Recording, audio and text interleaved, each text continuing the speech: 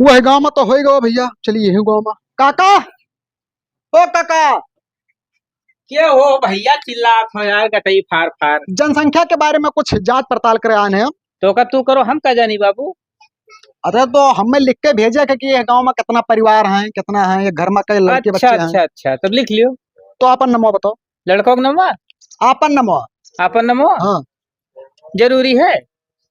अरे काका जरूरी ना हो तो का करे लिखा है बताओ। भैया जरूरी है। अरे काका बहुत जरूरी है, आपन नाम बताओ। क्या तो का नौकरी दे दिन भैया, नौवा है जरूरी है हमार। जरूरी है, बाप का नाम। का मतलब? अरे बाप के नाम से बहुत मतलब है हमें, बताओ नाम बाप के। का मतलब? अरे बहुत मतलब है काका, पकाओ ना हमें, बाप का नाम बताओ। फर्स्ट निकल लिख बाप का नाम। का मतलब?